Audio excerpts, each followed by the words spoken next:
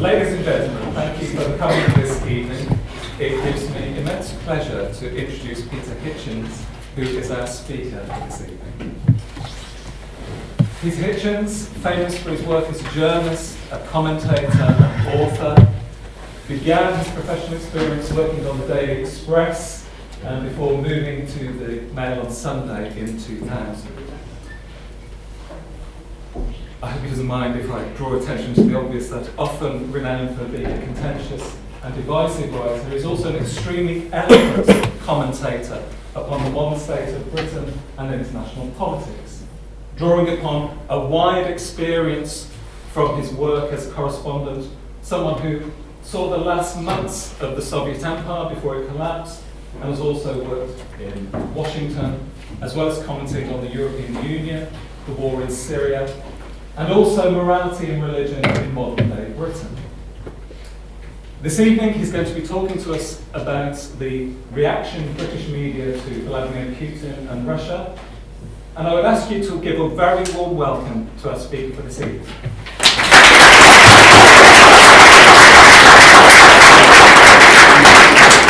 Thank you so much for that kind introduction. I seem to be wearing the wrong shirt. There are many subjects on which it is possible to start an argument in an empty room. Unfortunately, this one isn't quite empty. One of them is to say that same-sex marriage is totally unimportant and doesn't matter. Another one is to say that the EU referendum is a waste of time. Another one is to say that the new Labour wasn't right-wing at all. And another one is to say, as I propose to say this evening, that everything that most of you will have heard and quite possibly will, as a result, think about modern Russia is completely wrong.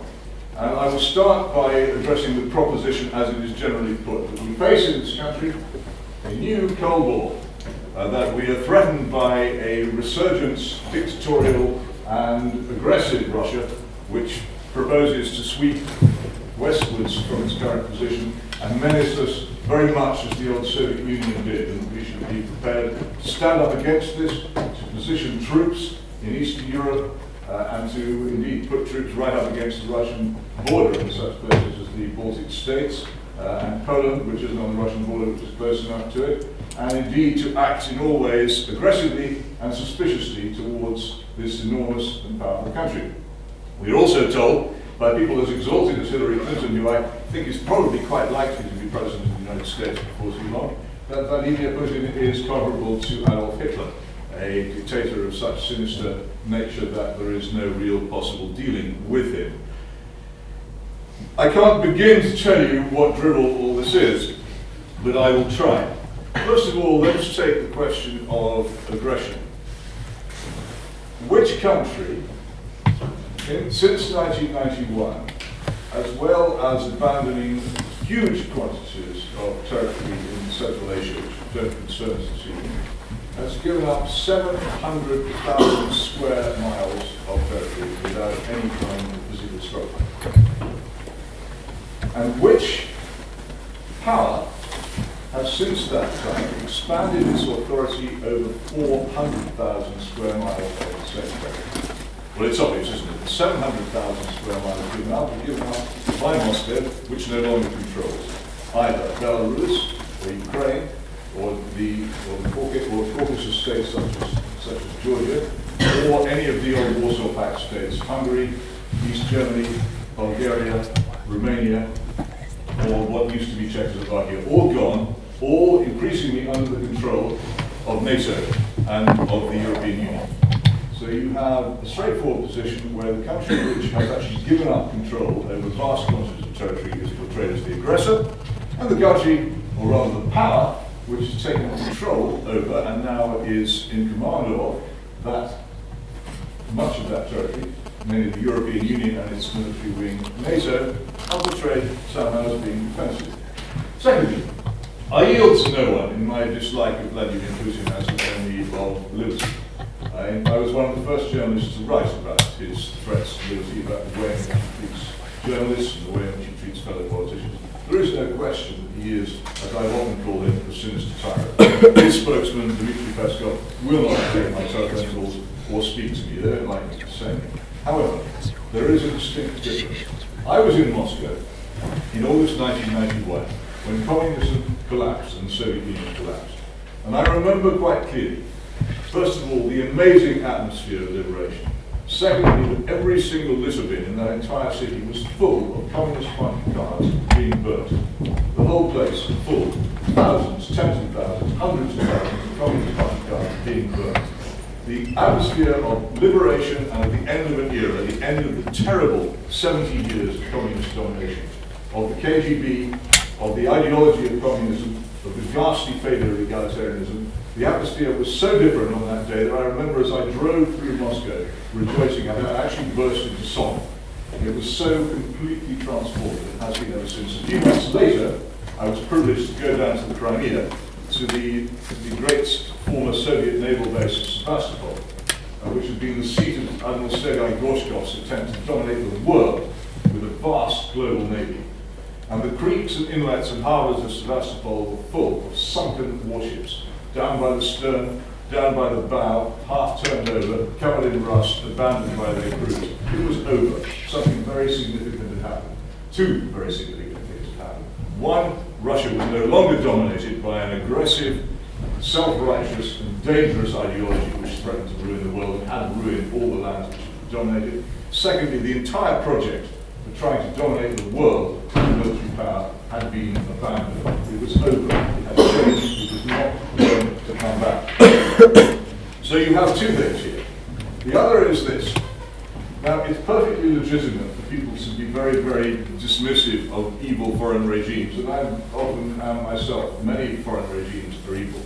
But if you're going to do that, then you're going to have to be either to accept that these places exist and you have to deal with them, or you're going to have to be consistent in another way.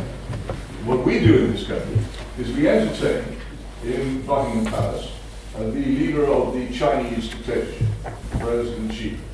Now, the Chinese dictatorship is currently engaged in kidnapping people from Hong Kong who run bookshops which sell things they don't like, and in imprisoning human rights lawyers. It has an enormous set of gulag concentration camps. It is wholly and completely undemocratic. It executes people by shooting them in the back of the neck, and as far as we know, it harvests their body organs. It is an extremely unpleasant regime. I've travelled a great deal in China, and to call it in any way a free country would be an absurdity. And yet, we host its president of Buckingham Palace. Fortunately, while there, he didn't meet our other friend, Martin McGuinness of the IRA, who we had to dinner at Windsor Castle instead. But he might conceivably have met, on another occasion, perhaps somebody from that great democracy of Saudi Arabia, another place where people are thrown into prison arbitrarily, and indeed have their heads cut off if they displease the regime, and where there is a total and utter intolerance both towards dissent and towards minority religions. And here again, this is a country with which we have very fine relations. And I would mention one other country, and I'll ask any of you who can identify as I describe it to put your hands up. In 1974, it invaded a European country, and it still has troops based there, and it still possesses the territory which it seized.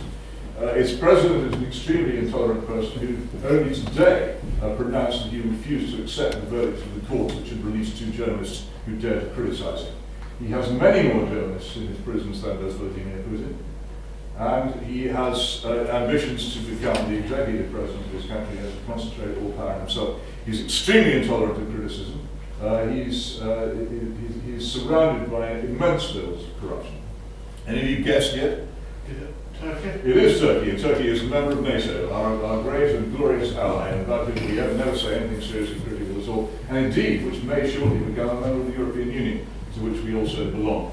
So, if you're going to be critical of Vladimir Putin, you have to be critical of these people as well. We don't. We're not critical of them. We welcome Mr. Erdogan of Turkey as an ally. We welcome President Xi as a potential saviour of our economies in Buckingham Palace.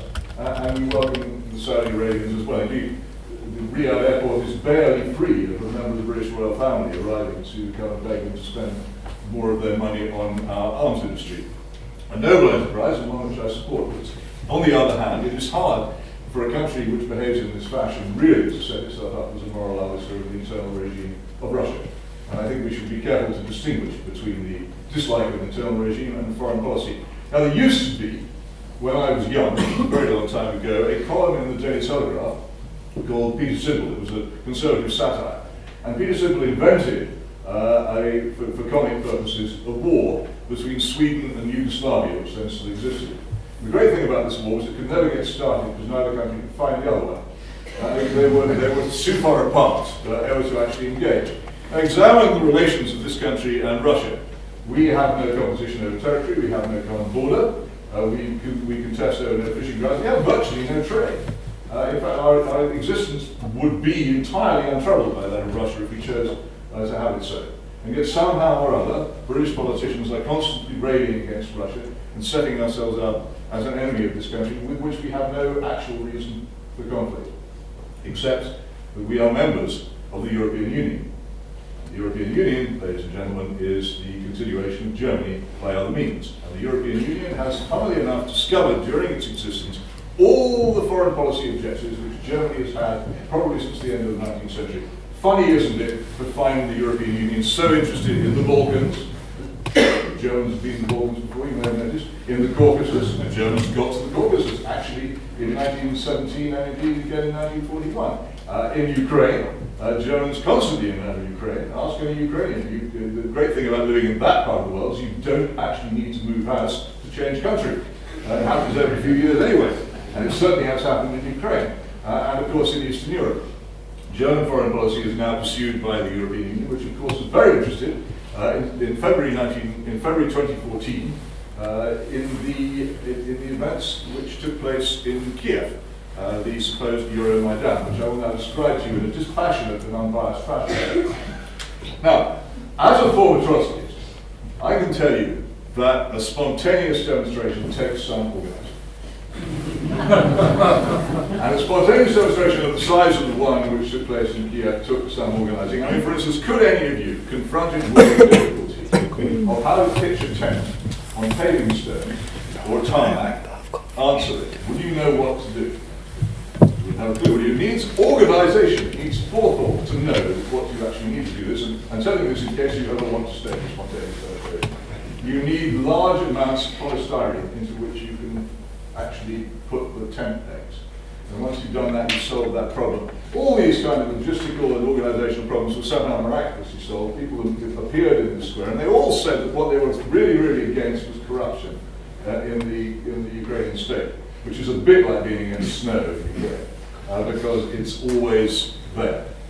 And they said they were against corruption, and they have now got to the stage some years after this great triumph of the revolution against corruption, where the minister against corruption, who was actually brought in from Lithuania because they couldn't trust any Ukrainians to fight corruption, has resigned because he can't get anywhere with the corruption in Ukraine. So as a demonstration against corruption, I think we can say it failed. So maybe it had another purpose. The other purpose was this: a titanic struggle was taking place because Ukraine is part of that 700,000 square miles I mentioned, and a very key part, strategic, economically important, agriculturally important, on the great chessboard of Europe, so crucial that it probably decides the future of who controls it. And there was a powerful attempt by the European Union to get Ukraine to cease to be non-aligned, as it had been since the collapse of the Soviet Union, and become an aligned country. That is to say, it would sign an agreement with the European Union which contained political and military clauses and would shift it into the Western camp. Russia was rejecting this. For months, the argument raised. Offers of money were made, offers of favors were made. The government of Ukraine could not let out its mind. Finally, President Yanukovych decided that he would take the Russian offer and he would not align himself with the West. He would remain a non-aligned country, but he would take the Russian offer and ignore it. And immediately, the demonstrations turned very nasty indeed. To such an extent that 20 Ukrainian policemen were killed by gunfire. Many other people were injured in other ways, but there were actually armed people in the demonstration shooting, and the forces of law and order, such as they were, faced armed rebellion. As a result of this intensifying violence, the government fell. But I must mention one other very important thing here first. As the demonstrators gathered, the spontaneous demonstrators gathered, they had obtained the support of several people. Senator John McCain, the only American politician older than the Golden Gate Bridge, but also a very, very important figure in American foreign policy, turned up and supported the demonstrators. Guido Westerwelle, the recently resigned foreign minister of the Federal Republic of Germany, turned up among the demonstrators. Victoria Nuland, the Assistant Secretary of State for Foreign Affairs in the Washington government, likewise turned up.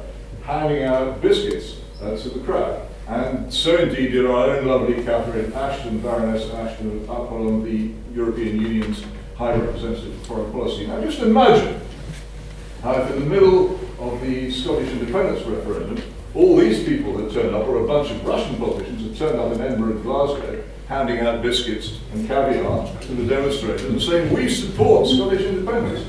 Now imagine how we would have reacted. You have to understand that the level of this intervention and the outrageous one-sidedness of this intervention was deeply, deeply disturbing to the Russians. And they still did nothing. They warned and warned against it. And then the Ukrainian government fell. And it fell in a wholly illegal way, under threats of violence.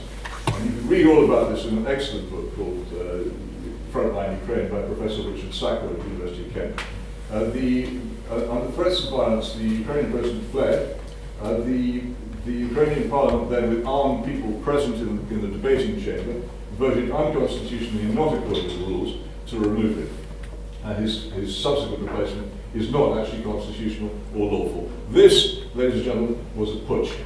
A violent putsch in a major European country, and it was portrayed almost invariably in Western media as if it were a good thing.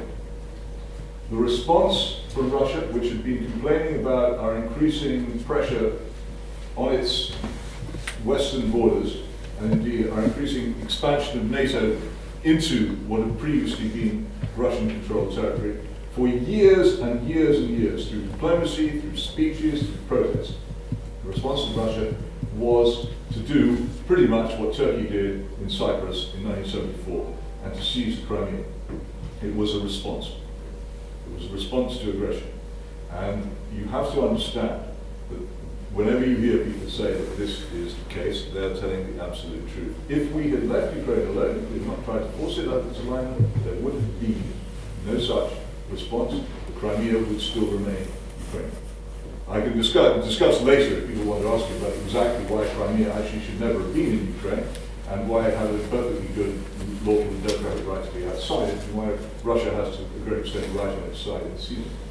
But we, the West, started this fight. And there is absolutely no question, we initiated it, there's absolutely no question that forces under our influence, at the very least, I won't say control, though billions, well, hundreds of millions at least, of euros and dollars have been spent in previous years on what are called civil society organizations and influence in that country. Intelligence operations were undoubtedly underway. John Brennan, the head of the CIA, was discovered in Kiev shortly after the push, and nobody quite knew what he was doing there. He certainly wasn't having a cultural or gastronomic holiday. He doesn't normally travel outside Washington much on his own at all. There is no question that these events took place and that they were a Western aggression towards the East, and yet you've all been told repeatedly the opposite. First of all, you must ask yourself why it was told the opposite. Secondly, you must ask yourself what the consequences are if we continue to behave in this way. I'll just tell a couple of small anecdotes here about Russia, where I lived for 2.5 years, and where I made friends, and where I have to confess without any kind of shame or regret that I came to understand and like Russians and to like and appreciate their country and its problem. You will have heard, probably, people always say that in such and such a language there is no such word for this, that or the other. The most famous claim of this kind was made by George W. Bush, that genius, who said that the French had no word for no. So one has to be cautious about making claims about these languages, but I've checked this with Russian friends, and it is absolutely the case that there is no positive Russian word for security or safety. The Russian word for security is безопасность. It's the components of the title of the old KGB. Комитет государственной безопасности. The state security. Безопасность is the compound word. Bez means without. Pasnost means danger. The only word for safety in Russia is without danger. And there's a reason for this. Russia has repeatedly been invaded by the Tatars, by the Lithuanians, by the Poles, by the French, by the Germans, by the Germans, by the Germans. There is a street in southern Moscow called Ulitsa Bolsha-Ordnika, which means the street of the Great Horde. It got that name because the Golden Horde used to turn up there every 5 years to collect tribute. This is a country which is not surrounded by deep salt water, nor does it have the luxury of the United States having Mexico and Canada as its neighbours. It has as its neighbours Germany, which I mentioned before, and China, and Poland, and people who don't like it and who can't necessarily be relied upon to remain where they are. And so there is a tendency in Russia to feel threatened when people move troops up to their borders, when people indeed make alliances and start saying that these alliances are directed against Russia, which is not entirely impossible to understand. And the only people who don't understand it are people like us who do live surrounded by deep salt water and have been saved from terrible peril by it many times. And I think it's time perhaps that we began to imagine that things were different and to see with a bit more sympathy the problems of other countries who have nothing in the way of physical borders to protect them from terrible danger and have in living memory. When I lived in Moscow, there were still plenty of people who remembered the Germans arriving. As you drove in from the airport, there were huge dragon's teeth in a village called Kimki, just outside the west of Moscow. That was where the German tanks got to in 1941, the suburbs of Moscow, as if they had got to Hillingdon in West London, that close. The memory was always there. They behaved differently as a result of it. Why should we, in what interest is it for us to behave as if these things didn't matter, to provoke it, to demand that in some way Russia gives up even more of the influence that we gave up after the collapse of the Soviet Union? What are we doing it for? Whose interest does it serve? I believe we're wrong to do so. And I think that everybody, and I take it as one of my missions in life, and I have a few of them, if I'm given the opportunity to try and overturn the prejudices and conventional wisdom which too many people hold, because if we continue to behave this way, and to be as ignorant about this as we are, then it may well end in war. And there is nothing worse than war, as any Russian could tell you.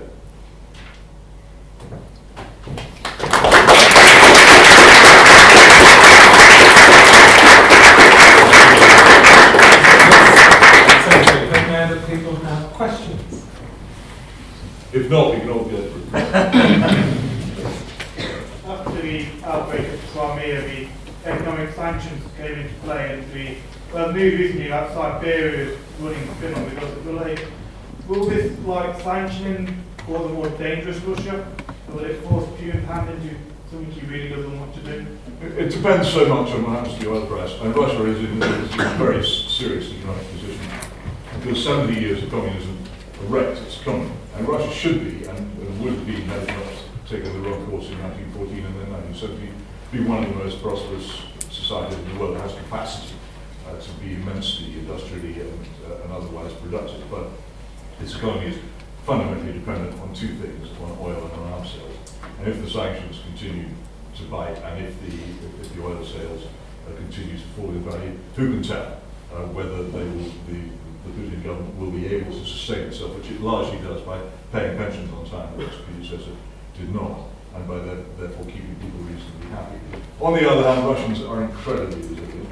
There were several periods after the collapse of the Soviet Union when many Russian people lived almost entirely on the produce of their dachas, which are not lavish country houses, small shacks surrounded by small allotment plots outside the big cities where they grew enough to keep themselves alive. If it hadn't been for that, there would probably have been starvation in the post-Soviet era because of the collapse. I don't know. It's politically dangerous.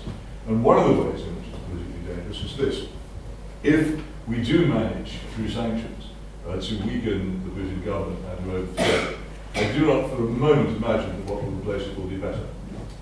We are not actually likely to produce by destabilizing the existing Russian government some wonderful Dutch-style liberal democracy, much more likely a rather angry dictatorship which will make Vladimir Putin look like a philosopher king. So it's a danger, and it's extraordinary how foolishly we pursue it. We may, by sounding the alarm about Russia, turn Russia into the very thing we claim that it is, but it isn't yet. Anyone else? I have a friend from Uzbekistan, and she said that when a lot of her family goes home, the kind of media that they see there in the news and things like that is almost exactly the same as ours, but in reverse. So all the bad things that you hear about Russia, they almost hear the absolute opposite, and it's almost a case of when they come back.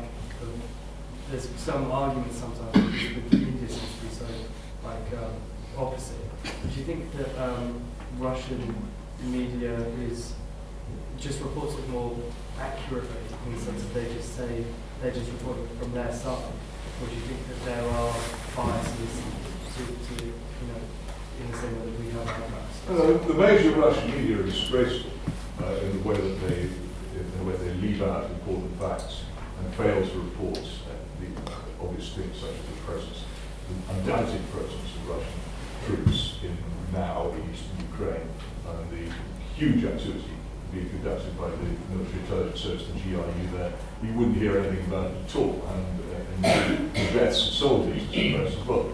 But in a way, you would expect that. This is not a free country, and it's not one which anyone really imagines to be a free country. The shocking thing is that our reporting is as bad as theirs, where we are supposed to be a free country, and we have a varied and independent media which nonetheless behave pretty much as badly as the media of what is, as I said, a rather squalid tyranny. So I think that the conclusion one has to draw from that is not that there's any surprise about the way that the Russian media behave, but that there is some considerable concern about the way that ours do. When it's actually the case that you really couldn't get an accurate or indeed remotely balanced picture of what was going on by watching the BBC or any of the American channels on their own. You just couldn't.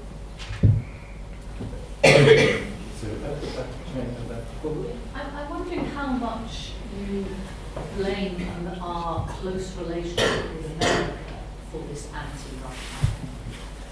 I don't think it's entirely. I think that the real problem in Europe, and for this, I have to recommend anybody who's really interested to read a fantastic book by Adam Tooze called The Deluge, which is, as well as being the best history book about the First World War since Barbara Tuchman's The Guns of August, is also the best explanation of the power relations in modern Europe. What happened after the two world wars was that there was an enormous amount of American pressure to try and avoid a repeat. And the European Union, I know a lot of British conservatives seem to think the European Union is adversarial to the United States. In fact, it's not. The United States is very glad to see the European Union, which is, as I say, a very nice, very civilized, very gentlemanly, but nonetheless very firmly based and very inescapable German Empire, in which we are ourselves the province.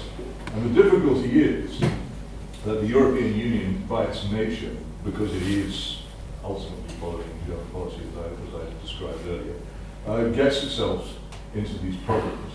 And the Americans are in two minds about what to do. And some Americans, speaking of Brzezinski, whose book The Grand Chessboard contains a very interesting passage on the importance of Ukraine, might well wish to see the European Union expanded right up into the Caucasus, and NATO too, into Georgia and into Azerbaijan, which would take them also up to the borders of Iran. They might well want to see that, and they would certainly quite like to see Ukraine fully aligned with the West, which would mean, from a Russian point of view, NATO troops within a couple hundred miles of Voronezh, which would be a bit like us having Russian troops within a couple hundred miles of Gilbert, alarming.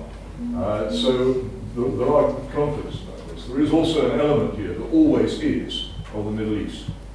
There is a strong theory that the Americans encouraged the eastward expansion of the European Union partly because of Vladimir Putin's support for the Assad government in Syria, which inconvenienced them.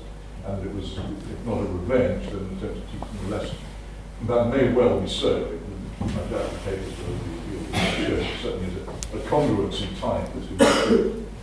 I don't know. It's not just the Americans. It is also the European Union has tendencies which are inescapable because of its nature to move in that direction. It needs really it goes back to the Friedrich Naumann plan for Mittel-Europa from 1915.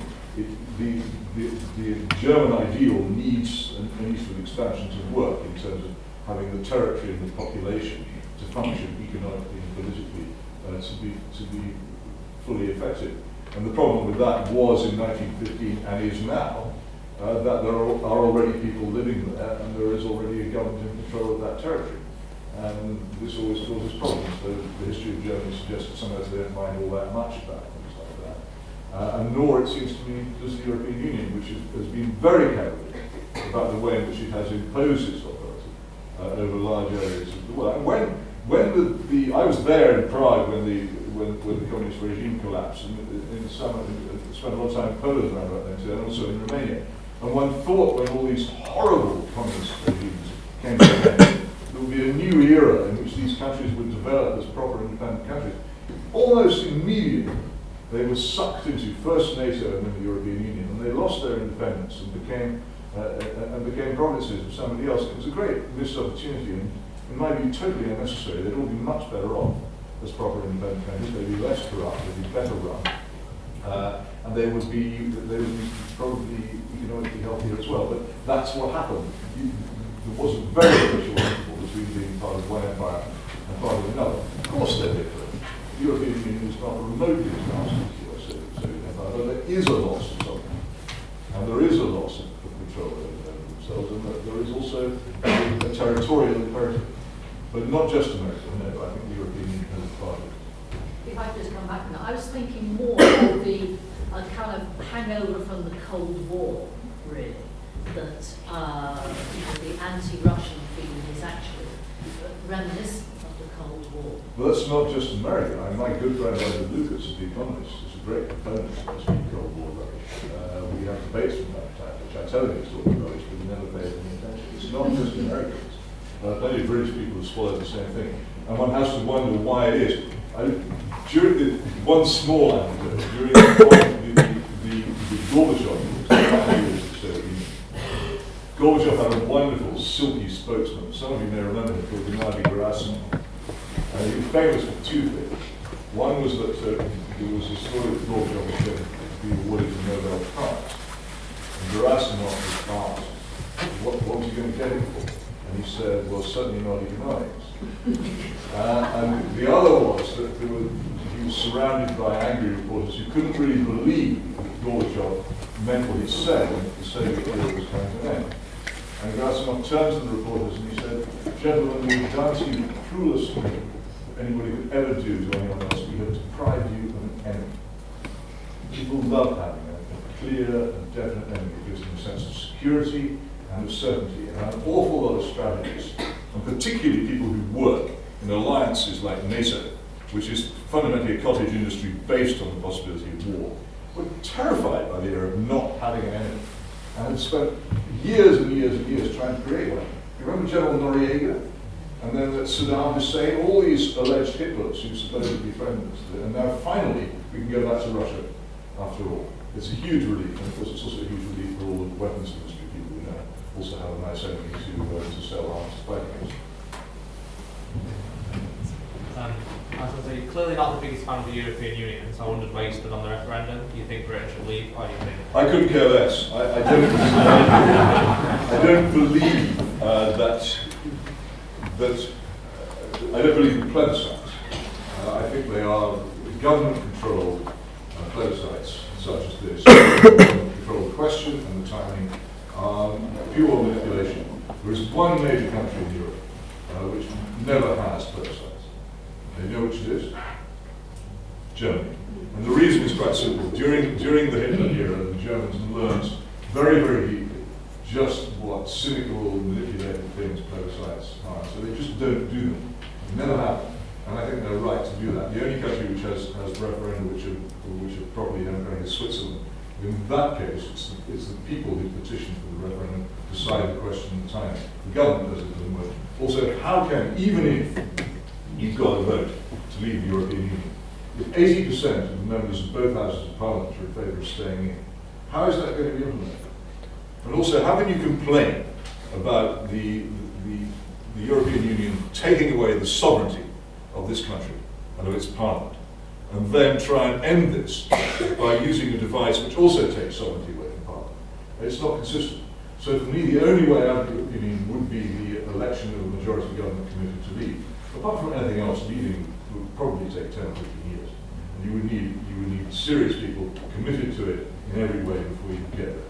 As far as I'm concerned, the referendum is a fraud. David Cameron never intended to hold it. He never thought he would get a majority. He thought that he would be able to say after the election, well, I'm awfully sorry, I haven't got a majority, and my Liberal Democrat colleagues won't allow me to have a referendum. Phew.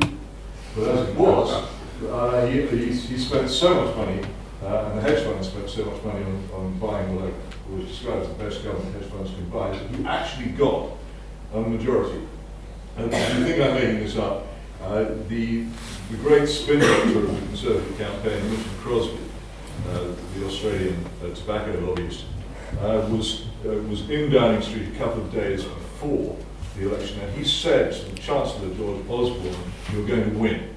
And George Osborne says, "If we win a majority, I'll French kiss you." He never has. And he never will, because he never intended to keep a promise. He never thought, you don't make a promise. I mean, if you've seen Richard Crosby, you would not make a promise like that. If you thought you were going to have to keep it, they didn't think they were going to win. So the referendum, which is one of the reasons why it is so chaotic, why these ludicrous negotiations came out with no result, and why nobody really knows what the result is going to be. But I promise you that if we vote to leave, that there will be another referendum in which we will vote to stay. Interesting, in all European referendums, you carry on holding them until they come up with the right answer. But the best example of this was the Irish Republic, where they voted against the European Constitution. The Irish government commissioned a whole lot of social psychologists, anthropologists, and other people to go out into Ireland and ask people why they voted against the European Constitution. And then they came back and released a report saying that they voted against it because they hadn't understood what it was about. So they would be able to hold it again and they could get it right this time, which they really did. Something like that can happen. If we are foolish enough to vote to leave, we will have to vote again until we vote to stay. So I'm staying here. You're welcome to take part if you like, but it is a complete society. Peter, thank you so very much for this very interesting talk. And just break the European Union, you said before it would be really disastrous if you were deprived of our favourite enemies. In that case, you really should stay in the EU. So some people can still have their favourite. Well, undoubtedly that performs a huge function of the Conservative Party. Well, actually, you can probably hear from my German accent, but I have some vital interest in what you said before, and the EU having basically been prolonged to the German foreign policy. Do you think that is a rather recent development? I seem to remember that, for example, Kosovo was formed of the request of the British Prime Minister approaching American President at the time. But whenever Europe got involved in what way ever through NATO or exclusive arrangement in the Middle East, it tended to be the French and the British. The German actually sided with the Chinese and the Russians, I think, at the time to abstain in the case of Libya. It seemed to me that only recently around the Ukraine and obviously Greece, Germany has become a more pronounced role. I was also wondering whether you not downplayed a little bit the role of France within the European Union. Well, everything is always more complicated than that. I think we can agree, but I think in simple terms, I think the German influence over what happened to Yugoslavia is unquestioned. I think Germany wanted relations to be recognised, and that is that I think is beyond doubt. Also, the European Union parcels out functions. France and Britain want to continue to be militarily significant, and so are. Germany very much doesn't want to be militarily significant, and so isn't. And therefore, when it comes to the use of weapons, it may well be that German policy is actually exercised by British or French troops or bombs or warships or whatever it happens to be. Do you seriously think that's what happened in Libya? In Libya, no. Libya wasn't a European Union policy. Libya was a Saudi Arabian policy. British foreign policy is pretty much owned by Saudi Arabia, and the Saudis hated Gaddafi, and they saw an opportunity to remove him. There were also, I think, some friendship was probably to do with oil. The great enthusiasm for Libya came principally from France. And just likewise in Syria, the French and then us and the Americans in the background were the ones who destabilized Syria over several years, ultimately rendering several million people homeless and several 100,000 people dead, in pursuance of what I believe to be Saudi Arabian foreign policy. That's not European, I would say. It's not everything this country does is to do with the European Union, but almost everything that Germany does is to do with the European Union, because it is the way in which Germany has to dominate Europe. Since the Franco-Prussian War, there hasn't been any choice about it. Germany is so big, both economically, in terms of population, in terms of territory, or in terms of culture, in terms of practically anything coordinate, it could not but dominate the European continent.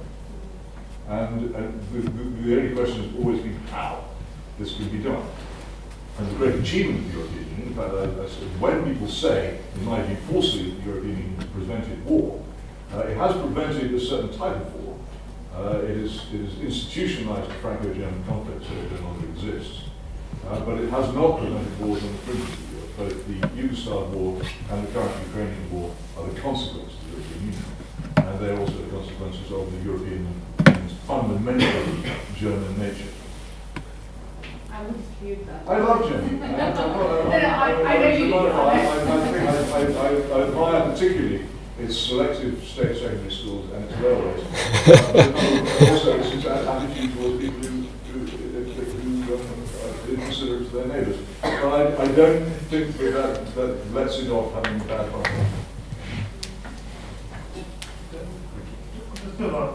You're talking about the EU, but what do you make of reports that many leaders in Europe are accusing Russia of funding far and far less groups to undermine the European Union? Like the British Nazis or Hungarian Nazis, they turned to the party in Moscow to get funding. Do you have any creative? I haven't seen detailed allegations. It wouldn't in the slightest bit surprise me. But then again, the Western countries finance or have attempted to finance anti-government movements in my own strong suspicion, that's very hard to prove, is that Western money was behind the supposed Orange Revolution in Ukraine, in some ways began the current crisis some years ago. So there's a lot of this goes on. International conflicts are not fought entirely according to Queensberry rules. People do spend money on financing the enemies of governments they don't like. We do it, they do it. It's not very nice. I would be unsurprised to find it true.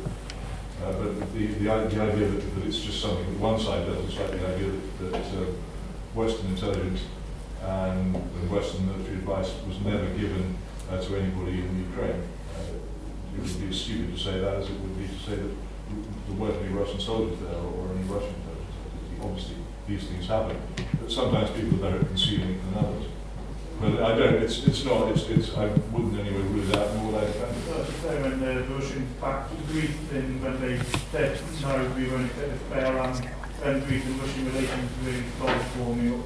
Well, yes, and all the relations between Russia and Hungary are also improving, and there is a definite Russian diplomatic offensive in certain parts of the European Union to peel people away from the sanctions policy. It hasn't been wholly successful, but they're certainly trying. Is Russia right to side with Assad, and what do they have to gain?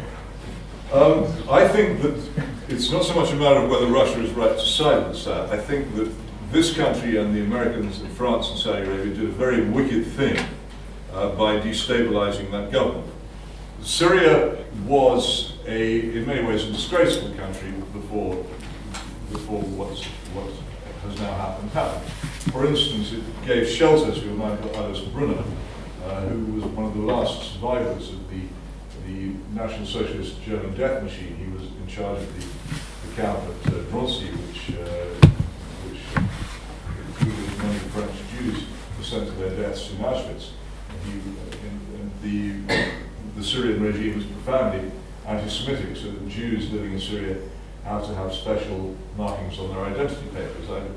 you can read now the horrible story in the 1980s, the revolt against Assad's father in the city of Hama by the Muslim Brotherhood. The response to the government was to ring the city with artillery, show it until it was flat and everybody in it was dead. And to this day, nobody knows how many people were killed. It was and is a horrible regime. Its torture chambers are appalling, were and are. So I'm not standing here to defend the Syrian regime, but the Syrian people under this regime lived, in terms of the Middle East, a relatively stable and prosperous life.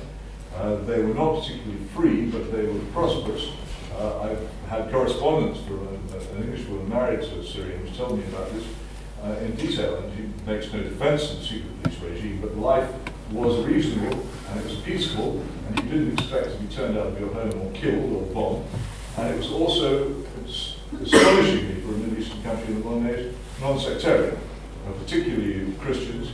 The Jews were, as I say, badly treated, but Christians and non-Sunni Muslim minorities were not discriminated against. Indeed, there was a fair amount of coexistence between them. It was, in that way, in Middle Eastern terms, quite a successful country. Our destabilization, which amongst other things contained complete insistence that Assad must go, something which the Americans now admit was a mistake, destroyed the peaceful lives of those people, destroyed the religious tolerance, drove people from their homes, killed huge numbers of people, and also precipitated a large part of the huge wave of refugees and migrants which is now causing the crisis in Europe. It was a disastrous and stupid policy, as indeed was our policy in Libya. And it was quite right for Russia to be against it. Any sensible person would be against it. And Sergei Lavrov, the Russian foreign minister, is a diplomat of great experience and sense. And on simple diplomatic grounds, he opposed the policy which he had, not least because it wasn't going to work, which it hasn't worked. And I think Russia was right to oppose it. I wouldn't characterize what they did as you characterized it. It wasn't about that. Russia's interests are, of course, huge in the area because Russia is a country which is right next to the Middle East and therefore has a much closer, in some ways, more knowledgeable interest in than we do. They do sell a certain number of weapons to Syria, and they're gaining huge advantage now from being able to test out the combat effectiveness of their airplanes and their tanks and their munitions in the Syrian war, which they can't be sorry about. But I don't think it would be right to characterize their intervention as cynical in those terms. I think they applied sensible diplomacy of the type which is almost entirely absent in this country nowadays, and which I wish we would rediscover. Yes. Do you think there can be peace in Syria at the time? It's possible, because I think the Americans have inherently learned that what they were doing was foolish. The Americans are the only ones capable of standing up to Saudi Arabia and saying, actually, we don't think this policy is sensible. It's whatever results from it will not be anything like as contented or peaceful or prosperous as what went before. It takes a long time to rebuild. You've seen the pictures of what's happened in Syrian cities. A long time, a lot of money to rebuild. But I think people are sick of it. I also think that the opponents of President Assad have realized that they're not going to win. And he has almost certainly realized he can't win either. Probably a sensible competition, for example. There will be some, I hope some, I really hope some sort of peace. But it will never be anything like as good as it would have been if we left it alone and not meddled with it. And the people who are dead will remain dead. And the people who remain will remain maimed, which is also the case in all the other stupid people who started in the past 20 years. Do you think refugees would then go if Syria was safe? Do you think refugees would want to go home then? I think real refugees long to go home, if they can. And I think many would. I think many refugees have never gone far from Syria. They're over the border in Lebanon in huge numbers, and in Jordan in huge numbers. And these are people who intend to return. The people we see coming to Europe are a minority of Syrian people. Most of them just want to go home, as who would not? And one can only hope and pray that they do that. Hi, Peter. Hillary Clinton and Donald Trump seem to be the front runners at the moment in the US presidential elections. How do you think either of their elections to president will change the West's relationship with Russia? And also, how long do you think Vladimir Putin will go on as leader of Russia? I have a huge prejudice against Hillary Clinton because of her frequent warmongering rhetoric. There hasn't been a major question of war and peace over the past 15 years on which she hasn't, seems to me, been on the aggressive and belligerent side. And this is so serious that I'm almost prepared to say that it might be better if Donald Trump got the presidency than she did, which is a difficult thing for me to say. But the thing that would make me laugh most of all would be if Bernie Sanders won the presidential election, because then I think we would see an end to the era of American-sponsored wars. But she does worry me immensely. And obviously, a lot of anybody would actually, any adventurous or thoughtful person would love the United States to have a woman president. But could it please not be her? As for Vladimir Putin, who can tell? People known to me, alive a fortnight ago, are dead. Nobody knows when the angel of death is going to strike people. I think that leaders such as Vladimir Putin are in a position where they need to cling to power until they die, because once they lose their sovereign immunity, their enemies gather like jackals and pull them to pieces. And this is the nature of that sort of politics. And we made a very grave mistake when we began prosecuting leaders of countries for crimes in office, because the response of all these people has not been to say, all right, I'll hand myself over and go and be locked up in The Hague and go on trial. They will never, ever, ever leave.